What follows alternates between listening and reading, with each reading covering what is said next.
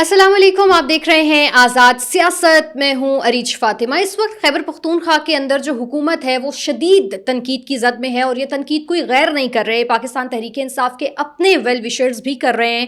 وہاں پر پاک فوج کے جو نوجوان ہیں وہ جام شہادت نوش کر رہے ہیں، ان کی عیادت نہ کرنا، ان کی تیمارداری نہ کرنا، اور یہاں تک کہ نماز جنازہ کے اندر شرکت نہ کرنا، یہ انتہائی چھپتا ہوا سوال ہے اور اس وقت پوچھا بھی جا رہا ہے. سیکنڈلی، سیلاب سے متاثرین افراد کے لیے پرائم منسٹر آف پاکستان اور گورنمنٹ آف پاکستان نے ایک ریلیف اناؤنس کیا ہے. اس کے بعد کس طرح کی سچویشن ہوتی ہے، اور تھرڈلی بانی تحریک انصاف کے ایکس اکاؤنٹ کو روزانہ کون چلا رہا ہے، اس طرح کے ٹویٹس کہاں سے آ جاتے ہیں؟ وہ خود تو اڈیالہ جیل میں ہے، لیکن یہ سارا کچھ جو ہمیں ٹویٹر کے اوپر نظر آ رہا ہے، یہ کرتا کون ہے؟ ان تمام تر بیٹس پر ڈیٹیل سے بات کرتے ہیں. میرے روبرو ہیں سینئر پولیٹیشین فیاض الحسن چوہان صاحب. بہت شکریہ چوہان صاحب جوائن کرنے کا. ہم نے دیکھا کہ کل پرائم منسٹر آف پاکستان اور فیلڈ مارشل بنو گئے، وہاں پر انہوں نے عیادت کی ان نوجوانوں کی جنہوں نے اس دھرتی کے لیے اپنی جان قربان کرنے سے جو ہے وہ بالکل بھی گریز نہیں کیا. لیکن ہم نے دیکھا کہ سی ایم کے پی غائب رہے، اور ان کا اپنا ہی صوبہ ہے، تو یہ پہلی دفعہ نہیں ہوا، ماضی میں بھی بہت دفعہ ہوتا رہا ہے. تو یہ کیوں ہی اس طرح کا ہوتا ہے ہمیشہ پاکستان تحریک انصاف کے اینڈ سے ہی؟ بسم اللہ الرحمن الرحیم. بات تو سچ ہے مگر بات ہے رسوائی کی. پچھلے 4 سال سے خصوصاً پاکستان کی افواج اور خصوصاً پاک فوج، اس کے جوان، اس کے افسر اپنی جان ہتھیلی پہ رکھ کے دھرتی ماں مجھے اور آپ کو اور ہماری نسلوں کو بچانے کے لیے اور سکون دینے کے لیے دن رات ایک کر کے ہر روز 2 سے لے کے 40 جوان اور افسر شہید ہو رہے ہیں، شہادتیں دے رہے ہیں. بالکل. لیکن بدقسمتی کی بات یہ ہے کہ کے پی کے اندر بانی تحریک انصاف، قیدی نمبر 420، امت مسلمہ کے عظیم نوسرباز، پاکستان اور بر صغیر اور اس دنیا کے لارنس آف عربیہ 2، اس نے ایک خاص ایجنڈا سیٹ کیا ہوا ہے، اور اس کو پاکستان کی فکر نہیں ہے، اس کو امت مسلمہ کی فکر نہیں ہے، اس کو پاک انڈیا جنگ میں پاکستان کی فتح کی خوشی نہیں ہے، اس کو پاک افواج کی 7 مئی سے لے کے 15 مئی تک کی فتح کی خوشی نہیں ہے، اس کو پاک افواج کے ہر روز ہونے والے شہید اس کی فکر نہیں ہے. اس کو فکر ہے تو ٹی ٹی پی کے دہشت گردوں کی ہے، اور اس کو فکر ہے تو ان افغانیوں کی ہے. میں مجبوراً یہ لفظ زندگی میں نے پہلی دفعہ استعمال کیا ہے ان افغانیوں کے حوالے سے. اس کو فکر اس کی ہے،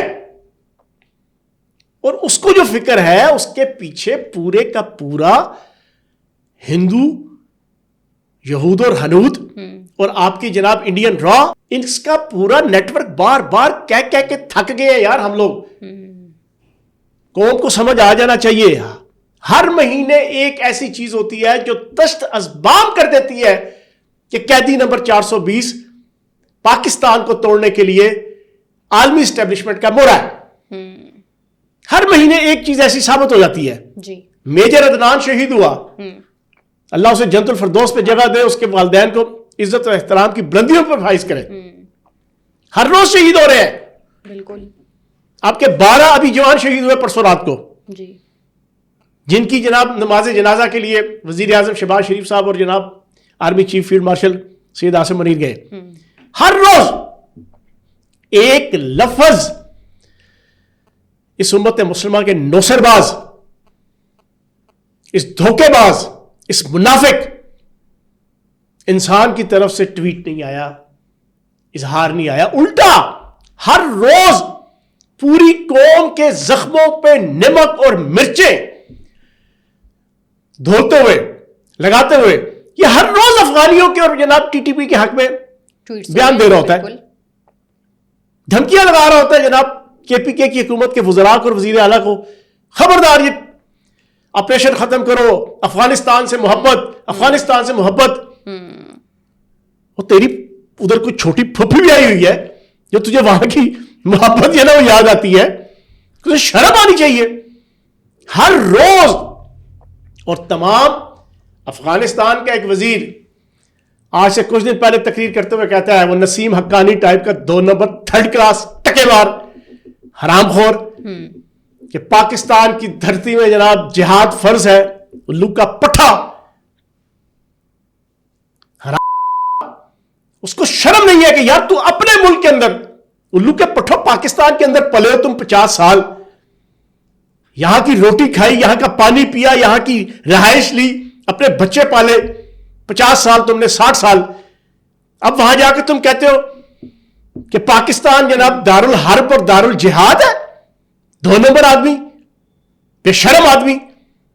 اور اوقات ان کی یہ ہے کہ جس بنیاد پہ اور جس الزام پہ یہ پاکستان کو کہتے ہیں کہ یہاں پر جہاد فرض ہے, کہ ہم امریکہ کے ساتھ ہے پاکستان, انہوں نے پچھلے 4 سالوں میں 2021-15 اگست کے بعد پوری دنیا میں سب سے زیادہ اگر کسی نے امریکن US ایڈ سے ایڈ لیا, امریکن حکومت اسٹیٹ آفس سے امداد اور قرضہ لیا ہے, تو نمبر 1 جناب وہ یہ افغانی ہے. 2 نمبر ٹکے بار 3rd کلاس یہ کہتا ہے جناب. اور اس کی حمایت میں وہ اندر جو ہے وہ چور نوسر باز بیٹھ کے وہ تڑیاں لگاتا ہے جناب علی امین گھنڈا پور کو, اور یہ چتومڑے قسم کی جو سارے نئے MNA MP بنے ہیں, وزیر بنے ہوئے KPK میں, ان کو تڑیاں لگاتا ہے. خبردار کسی نے جنازے پہ گیا, خبردار کسی نے آپریشن کی حمایت کی, خبردار آپریشن بند کرو. وہ شتومڑوں کی اوقات ہی کوئی نہیں ہے. کھمبوں کو ووٹیں دے وہ تو پھر یہی ہوتا ہے. کھمبے کی اپنی عقل تو نہیں ہوتی نا, کھمبے کے تو دماغ ہوتا ہے, بالکل بھی نہیں. کھمبے کے پاس عقل ہوتی ہے, گدھے کے پاس عقل ہوتی ہے, کے پاس ہوتی ہے, بالکل بھی نہیں. ان کتوں کے پاس ہوتی ہے. جب آپ نے پارٹی کے نام پہ کھمبے کھڑے کر دیے,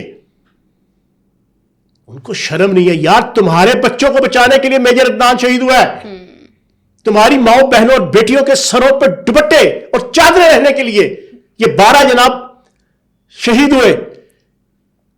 تم کہتے ہو یار کہ ان کے جنازوں پہ اب ہوا. آرمی چیف وہاں موجود جنازے پہ, شہباز شریف موجود, وزیر اعظم, یہ کبوتر باز, یہ ککڑی جناب ککڑ کی جناب وہ لڑائی کرانے والا, اور وہ علی امین گھنڈا پور یہ غائب. تو یہ بدقسمتی کی انتہا ہے. اس پہ میں اور کیا کہہ سکتا ہوں, یہ کہہ سکتا ہوں شاید صوبے کے لیے بھی بات تو سچ ہے, مگر بات ہے رسوائی کی. لیکن ایک بات اپنے ذہن میں بٹھا لیں, تازہ ترین رپورٹ آئی ہے پاکستان کی ایک سب سے اتھینٹک ایجنسی کی. انہوں نے کہا جی کہ KPK کے اندر پریکٹیکلی کسی کی کوئی حکومت نہیں ہے, کسی کی, کسی سیاسی جماعت کی, کسی PTI کی, کسی علی امین گنڈا پور کی, کسی وہاں کی کیبنٹ کی کوئی حکومت نہیں ہے. لا لیسنس ہوئی ہے. ریاست کو فیصلہ کرنا پڑے گا, یا گورنر راج لگاؤ یا ان کو اٹھا کے پھینکو افغانستان کے اندر. جاؤ جا کے اپنے ادھر جا کے جناب ان کی جو تم نے آشیرواد حاصل کرنی ہے. لیکن حالات بہت برے ہیں KPK کے. اس قیدی نمبر 420, اس جناب کبوتر باز علی امین گنڈا پور اور اس کے شتومڑے قسم کے جناب یہ KPK کی نا تجربہ کار کھوتوں کھمبوں گھوڑوں کے اوپر مبنی جناب حکومت کی وجہ سے. اچھا چوہان صاحب, ایک بڑا اچھا اقدام ہے, اس پہ بھی ہم بات کریں گے, لیکن چونکہ ٹویٹر کی بات ہوئی ہے تو ہم پہلے اسی پہ بات کر لیتے ہیں. یہ وہی اکاؤنٹ ہے جس سے بڑے ٹویٹس ہوتے رہتے ہیں اور آپریشن رکواؤ اور اس طرح کی باتیں بھی ہوتی ہیں. سب سے پہلے تو مجھے یہ بتائیں کہ ٹویٹر ہینڈل ان کا چلا کون رہا ہے؟ خود تو وہ جیل میں بیٹھے ہیں اور روزانہ ٹھک ٹھک ٹھک یہ جو ٹویٹس ہوتے ہیں یہ کرتا کون ہے؟ اور اس کا سب سے بڑا دعویٰ کیا ہے؟ اس لائن اور لکیر کے اسیر پاکستان کے لارنس آف عربیہ کی قیدی نمبر 420 کی بڑی خوبصورتی کے ساتھ یہ لوگوں کا ذہن بنا رہا ہے. کیونکہ شیخ مجیب الرحمان کا مینڈیٹ چوری ہوا 1971 میں, اس وجہ سے پاکستان ٹوٹ گیا. کیونکہ عوامی پارٹی کو اقتدار نہیں دیا, عوام مشرقی پاکستان کی اس کے ساتھ تھی, پاکستان ٹوٹ گیا. کیونکہ ان کی سیٹیں زیادہ تھیں, ان کو سیٹیں کم دی گئی, پاکستان ٹوٹ گیا. کیونکہ شیخ مجیب الرحمان بڑا محب وطن تھا, اس کا حق رائے دہی چھین لیا گیا, پاکستان ٹوٹ گیا.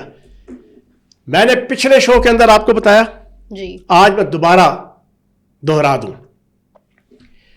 1974 کے اندر شیخ مجیب الرحمان جو آج ولن ہے بنگلہ دیش کے اندر, نفرت کا استعارہ ہے, جس کی تصویروں کے اوپر ہر بنگلہ دیشی پیشاب کر کے فخر محسوس کر رہا ہے آج کل, اس شیخ مجیب الرحمان نے 1974 کے اندر 3 سالوں بعد بنگلہ دیش بننے کے انڈیا کا پہلا آفیشل دورہ کیا.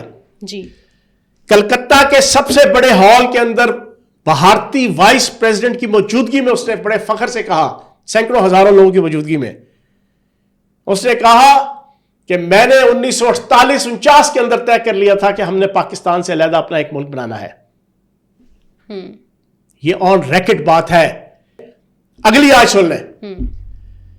اگرتلہ سازش کیس ہوا 1968 کے اندر. بالکل اسی طرح اس قیدی نمبر 420 کے خلاف جتنے کیسز چل رہے ہیں, یہ مخصوص ایک نیٹ ورک کے ذریعے سے عدالتوں میں, بیوروکریسی میں, اداروں میں, میڈیا میں اس کو جس طرح پچھلے 3.5 سالوں میں سپورٹ ملی نا, اگرتلہ سازش تھی پاکستان توڑنے کی. شیخ مجیب الرحمان اور اس کے ساتھ کچھ 26 سے 32 لوگ مجرم تھے 1968 میں.